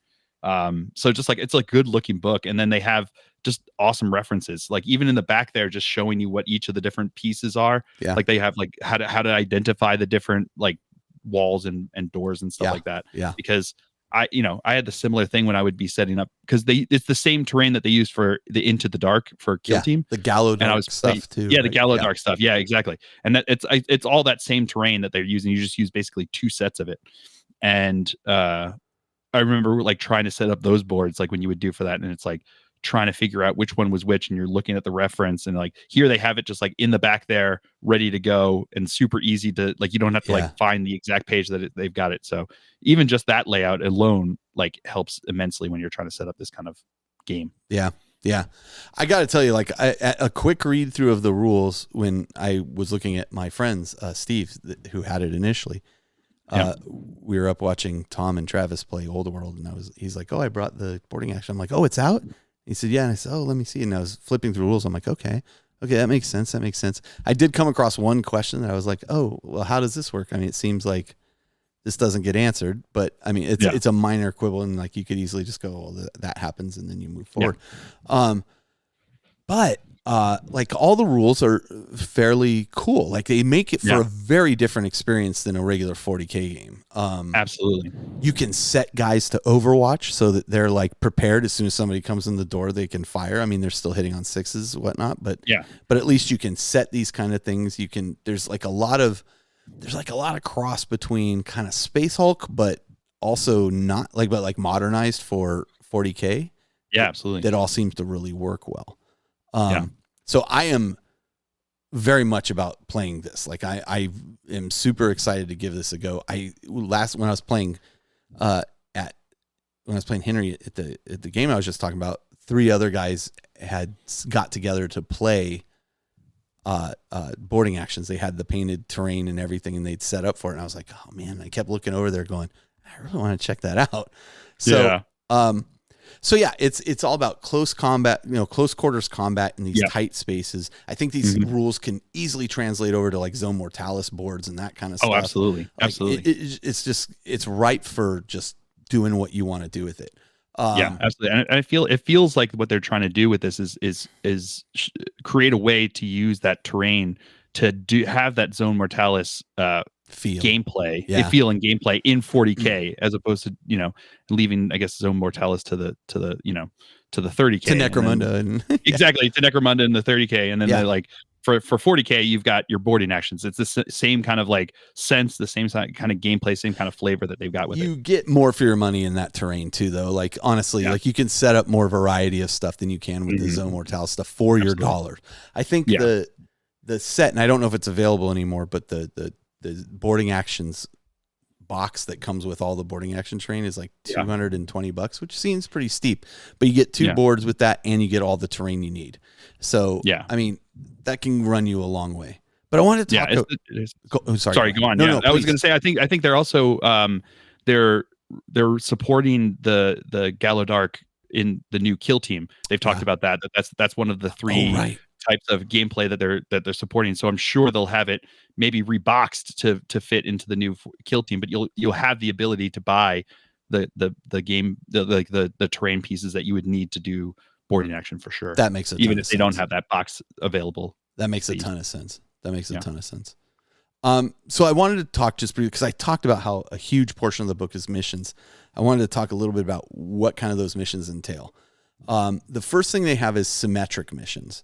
And these are kind of where both players have the same objectives. They're both trying to reach those objectives. Think of it as like, if you were going to play a tournament, this is the type of missions you would play. The terrain is probably laid out identical on each side of the table, so that everybody's dealing with the same thing. To me, the least interesting of the games, but okay, cool. But also probably the kind of game you want to play initially, so that everybody's feeling like, okay, I'm getting the sense of it. Yeah, or if you're playing someone that you don't know or are comfortable with, so that you know, fair point. You don't have to have that that more in-depth conversation that you would need for an asymmetrical game. Yeah, a pickup game would probably be a good choice for that. Absolutely. Or you want to play competitively, and this is how you want to approach it. Either way. Yeah. Then you have asymmetric missions, and this is where you have attacker defenders, and attackers have different objectives than the defenders. The boards may not be set up like they're set up thematically. Usually, defenders probably have an advantage in the defense of an area, but the attackers probably get additional,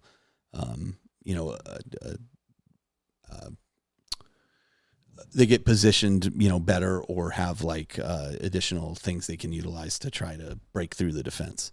And then you have campaign missions, and this is where I felt like, I wonder if this came from a White Dwarf, because this is specifically the Rock Besieged, meaning which you should love, Phil, because it's Dark Angel flair. That whole lore was great. And these are interlinked missions that lets you play through the Rock Besieged campaign, and they're designed to be played in a specific order, although you could just play them just to play them. The other thing, whether or not you play Dark Angels and you're on the rock and falling to chaos or whatever you're doing over there in the Dark Angels world, fighting against chaos. Sure, if you say so. Come on, Carl. Does that joke ever get old? Probably. No. But apparently not. From hearing it, yes. But but the other thing that it does, listen, I have to listen to Fail Baden all the time and stuff. Yeah. Anyway. But I think more importantly, what it does is it shows you how you can build these missions in a way that you could string together a story from the missions on your own. So like it gives you the tools and an example of, here's how we could link several missions together to be something thematic. It's actually, it's a cool series of missions. Then you have narrative missions, which are like infamous or famous battles that took place in the void, like boarding actions and things that they reference, like in maybe some Black Library books, or just from previous codexes, or they just made up on the spot to make them famous. Which is fine, but I mean they're thematically involved, usually attacker defender kind of stuff. Then you have the breaching operations missions. And this is the one where they actually call out a different set of terrain as well, called the Soul Shackle terrain, because I think that those terrain sets allowed you to like blow open holes in walls and that kind of thing. And that's what this really takes into account. I'm not familiar with that actual terrain set. I don't own it. Yeah, it's similar. It basically was the same, like Into the Dark, Gallowdark, all those, that same base, and then they would have, like, each time they came out with their 4 sets from that season, they would come out with like an additional sprue that you would have like extra stuff on. So like one of of the seasons, the box had like I assume like it's a wall with vehicle a hole in things. Yeah, exactly. It's like blown up, there, or like a porthole that's been blown, that's been breached and stuff like Okay. that. So Okay. yeah, because there's some kill teams that have the ability to breach through walls and So, stuff like okay. that. You, again, you have to have this. I would argue you don't. You just have to have a place where you can locate, hey, there's a hole in the wall here.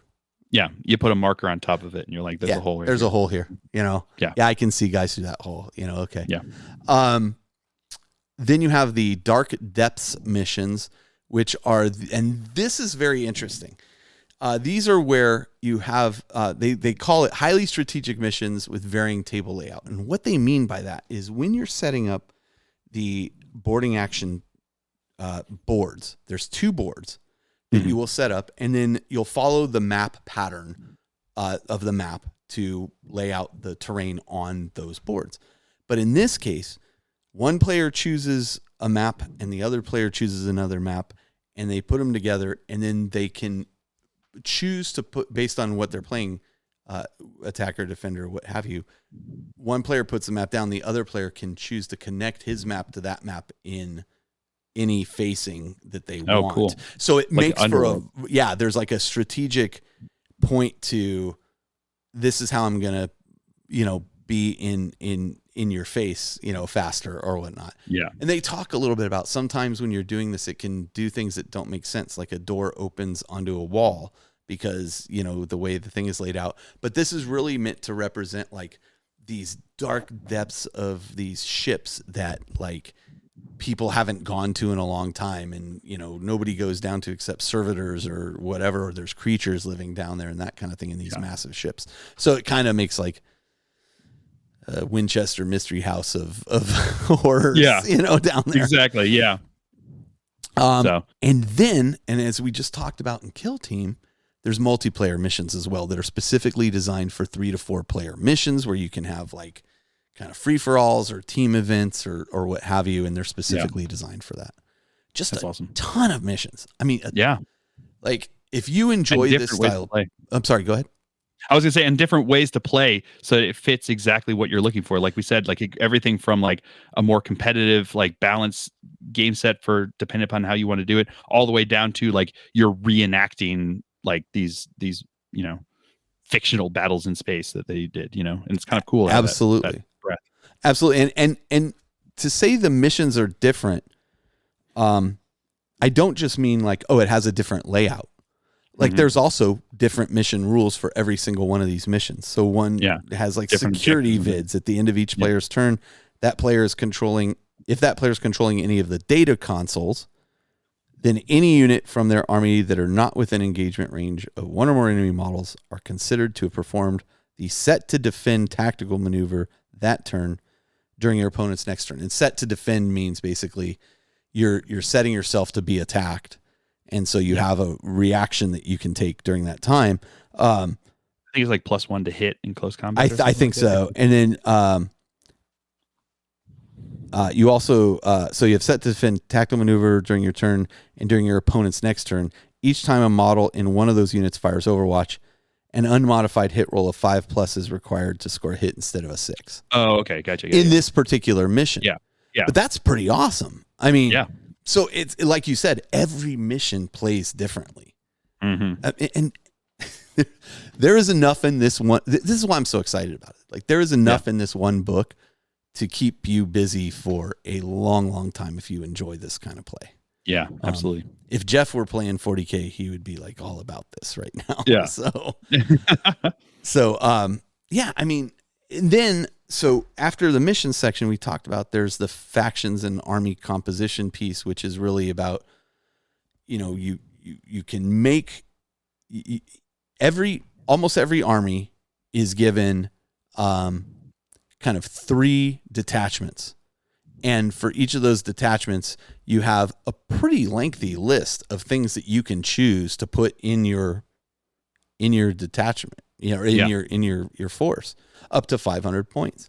So you're given like a lot of latitude and freedom to do this kind of thing and put these things in there.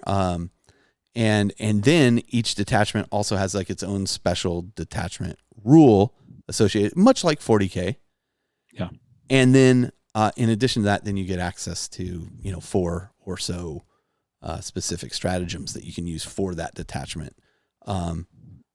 I mean, I've started messing around with the Chaos Space Marine one because that's what I'm playing right now, and I'm like, okay, what can I do here? And some of them are like, oh, this sounds really fun to try out. And then there's one that's like, you can take like a named character, and I'm like, I'm a little less about having Abaddon take up 230 of my points for my exactly. But or whatever he costs, because the costs of the units are exactly the same as they are in 40K. Yep. Yeah, they specify that in the beginning. And maintained through the 40K app. And so like the latest rules, that's what you're using. Yeah. And you just have at it. It's just fantastic. It's fantastic. Yep.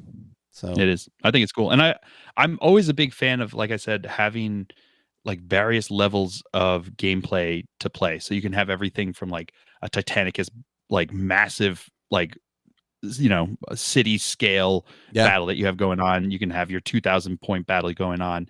You can have, your boarding action. You can have your kill team. And it's like all these different like levels that you can do to tell your story, or to just like, and play with, to do the story that you've got in your head, and let it just like explore and do what you want is fantastic. And the fact that they're like supporting it all the way along there for all these ones, from like, kill team to boarding actions to combat patrol to regular 40K up, to Titanicus and stuff like that. It's awesome. And I think the other thing I'd throw in there is like boarding actions can also be used in your, if you happen to be playing a crusade, campaign with your friends, you can take your units from your force org of your crusade and put them into boarding actions, and you're still earning experience and doing all that. Like it plugs right in.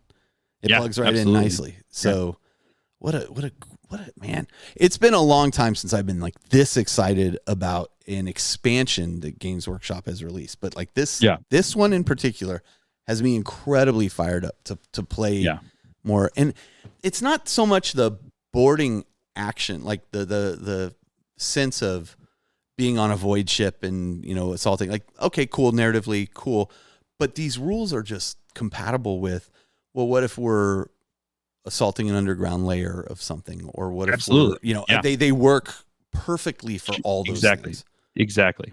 It's just got to be a small confined place. Right. So you don't have your Thunderhawk coming in. Right. That's the only difference. We talked before about how, 40K starts to break down around 1,000 points and lower. Here's the solution for you. Exactly. Now, are you driving tanks? No. I don't even believe, and I don't think I saw in the list I was looking at, I don't believe you can even take like Hellbrutes and stuff. Yeah, I don't think Hellbrutes are something that are available. I kind of wish they are, but they were in Zone Mortalis. Like there was something about base size in Zone Mortalis. But also, I think, steering away from that, or, then making house rules if you wanted to, hey, we each, you could easily do that. So, but I think the context of this is not encompassing like Hellbrutes or Dreadnoughts. Yeah. So, I don't know. I don't know if you're as excited about this particular set as I was. I mean, but like I said, I'm excited for just more and more ways to play the game. You know what I mean? And like I said about wanting to explore and find your joy, like the more options that you have to play within the world of Warhammer 40K, it more likely you are to find the thing that clicks, to find that thing that like hits and makes you happy. So you took the words right out of my mouth. I was actually going to make a callback to your finding joy thing. Oh, there you go. No. I mean, I think you nailed it, right? Like for me, it's like, oh, this is it. Like Shell and I are going to absolutely love playing this. I think my friends are going to love playing this. We're setting up our annual Geekend for next April, where we go into house and stuff. And we usually just play board games, but I'm like, maybe I'll have people bring some of this, or maybe my next game day will all be Zone Mortalis themed boarding action stuff. Cause I got tons of Zone Mortalis terrain, the original Forge World Zone Mortalis terrain, all painted up, we'll see. That's cool. So I'm super excited, man. I got to tell you, like, super excited about this product. I hope other people are as excited about it as I am, because I fully anticipate playing a bunch of it. So excellent. All right, well, let's do this. Let's take a break, and then we'll come back and we'll close out the show. Sounds good. Right on.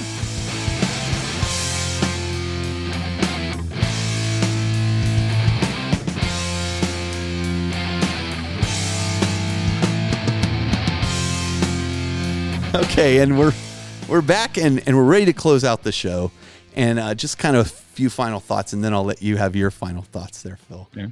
Which we just heard during the break. I think, and what I have in the notes here is I think that both of these ways of playing, Kill Team and the aforementioned boarding action, the one I'm so excited about, highlight these small unit actions that you can play within the 40K universe. Games that can be played quicker than a full-scale 40K game and with fewer models.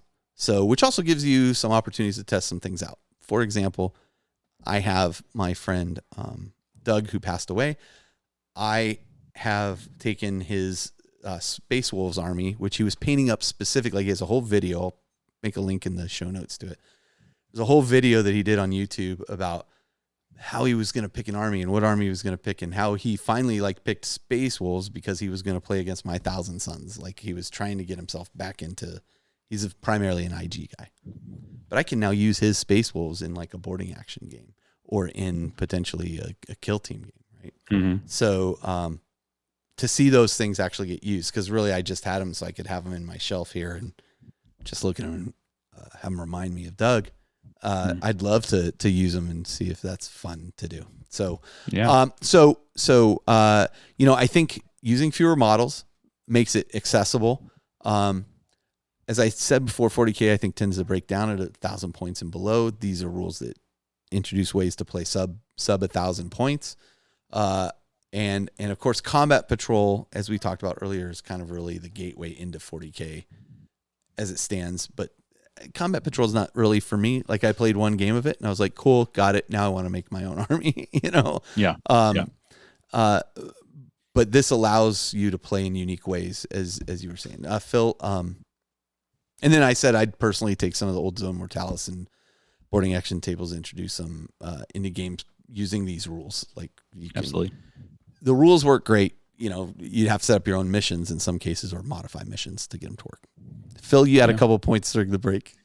Yeah. The thing that I like about these kind of these game mechanics and the different ways to play is that it just gives you so many more options to find that joy. Like I talked about, finding the way and finding the gameplay that speaks to you, and I was saying that, like, to me, the idea of collecting and building like a 2,000 point orc army, the horde of orcs, is just like mind numbing to the point that I'm like, I couldn't even begin to do it. Right. But like a 500 points for, like you said, for board and action, or like a Combat Patrol or a Kill Team of orcs would be fun to be able to get into that, like, ramshackle armor. A Kill Team with Army Painter speed paints. Yes, exactly, with the Army Painter speed paints. And I mean, I know you're part of the Army Painter team, but I'm a big fan of the Army Painter set. Like, I have the full set, like the big set of the speed paints, and I use them all the time. I use them for filters through my airbrush. I've done I've painted up so much of this stupid Shadows of Brimstone stuff using that. Yeah. And I use them for components of what I'm painting. So I may be painting like my sister's a particular way, but then like I do the faces with speed paint because I'm like, I'm not gonna bother with this, and then little touch up, boom, done. But like I'd slap chop the heck out of a squad of orcs for a Kill Team game. Absolutely. Yeah, exactly. Done. And that's awesome. Yeah, exactly. And it allows you, like I said, to find that joy, find it, so that it doesn't become the slog where you're like, oh, I like the look of orcs, but I don't want it to become a slog. I don't want it to become this torturous event of me trying to put together a 2,000 point army. I can just like make my Kill Team. I can make my 500 point boarding action squad, and I'm off and I'm done. And then maybe I got you find having those models. Maybe you find, I really do enjoy that. Well, you know what? I wish I'd taken this unit instead for the boarding action. I'll take this unit, and I paint that unit. And then you're like, you know what? If I just paint up a couple of vehicles, I'm at, exactly. Next thing you know. Exactly. And boarding action feels like a like the natural, like as much as like I think Combat Patrol was meant to lead into big 40K. Yes. It does feel like this is like the middle step between those two. So you got your board, you get your Combat Patrol, and then you expand by buying a few more different kits, and you've got your 500 points that you can play on a boarding action. And then from there, you build up to a 2,000 point. If that's what you're looking for to get into the hobby, you can do it that way, you know, and, or you just have this and you're like, I don't want to spend like the 3 to 5 hours or whatever playing a full 40K game, but I'll just throw down and do, I've got enough time to do a boarding action. I've got enough time to do Combat Patrol. I've got enough time to do Kill Team. Right. And it's like the more options are always to better. Me is always better, is always better. And it more likely to find that kick, that thing that's going to make you find the joy in the hobby and find the way that you want to play and enjoy what you're doing. For sure. You know, it's funny. I think I've told this before, but my friend Ryan, we just went down to his retirement party down in Southern California, but my friend Ryan was collecting like Eldar initially, and then he moved to Tyranids and then to Orcs kind of simultaneously. And I remember him asking me at one point, he goes, what do you think's harder to paint, Orcs or Tyranids? I'm like, Orcs, hands down Orcs. And he's like, well, I don't think so. And I'm like, I'm telling you, like, it's deceptive. Like, Orcs are way more difficult to paint. And he's like, oh, I don't think so. And I'm like, okay. And then like a week later, he calls me and goes, okay, you're right. I'm telling you, dude, Tyranids are so much easier to paint. Yeah.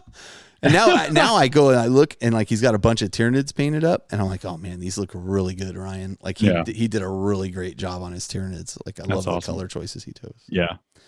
But yeah, and like he asked me, how you just, I go, if I had to do my Tyranids again, speed paint all the way, baby. I'm like, absolutely. Speed paint, or I would just dip those things. Like I don't even care enough to just get them on the table. You know? So absolutely. Yeah. Anyway, well, you got anything else you want to throw out there, Phil? Where can people check you out?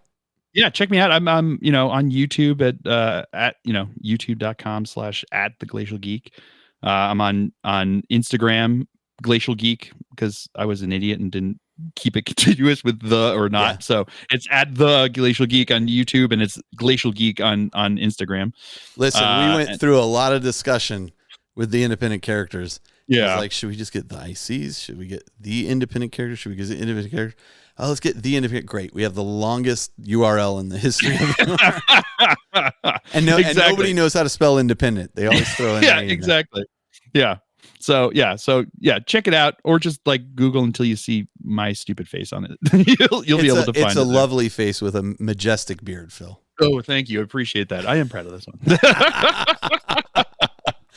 Well, Phil, thank you so much for joining. We'll have you back again at some point. Absolutely. This is super fun, and I'm so glad we connected at Nova. Me too. And had just a blast. And absolutely. I'm looking forward to seeing you at Adepticon, if not sooner, bud. Yeah, sounds great. All right. Well, you can leave us reviews on iTunes. We greatly appreciate it, and I do look at them and bask in their glory, and occasionally we'll come and read them online. We have a fantastically supportive Facebook group upon which we are kind of basing our, you can see all the stuff that people are doing, but in particular, the Hobby Progress Challenge is going on. People are posting stuff there, and they're posting stuff in our Discord. And that's actually where they go to get credit for, their monthly challenge. And actually, I spoke to Kat while we were out at Nova about prize support for this challenge, and she said, go through and pick what you want. We'll talk about it. I said, okay. So you're going to see some of that prize support is coming from Table War. Some of that prize support is coming from the Army Painter, and maybe potentially a couple other places too. So some great stuff coming up for the folks that are just killing it. Like Shell has been the one actually tracking this stuff, Phil.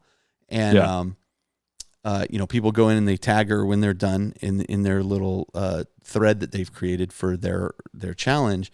And I don't remember the numbers off the top of my head, but I think we had something like 210 people initially sign up to do it. And we had something like a completion rate of like 170 to 180 people completed the first month. It's like, wow. That is quite That's impressive. Yeah. So I'm curious to see how the second route goes. And it doesn't matter. I mean, if you miss a month, you just don't get an entry for that month. You just move it on to the next month and you get an entry there. And fine, you just wind up with fewer entries in the drawing. But but I mean, just because you miss a month, don't stop, Yeah. And if there's other contests out there, double dip, it's all about just getting your plastic painted. So yeah, this isn't a college class where you can't No. like reuse homework. You no, can- use it, buddy. Use Yeah. it. You got to slap dates on that thing. So Mhm, absolutely. So we've got our Patreon. You can find all that information and more at theindependentcharacters.com. That's independent with no A's in it. Just E's. Just E's. But, I think that's it, Phil. So until next time, this is Carl. And this is Phil. And we're coming to you from the Astronomicon, where even the small battles have major consequences. And until next time, stay safe and have fun. Perfect. All right. We'll catch you next time.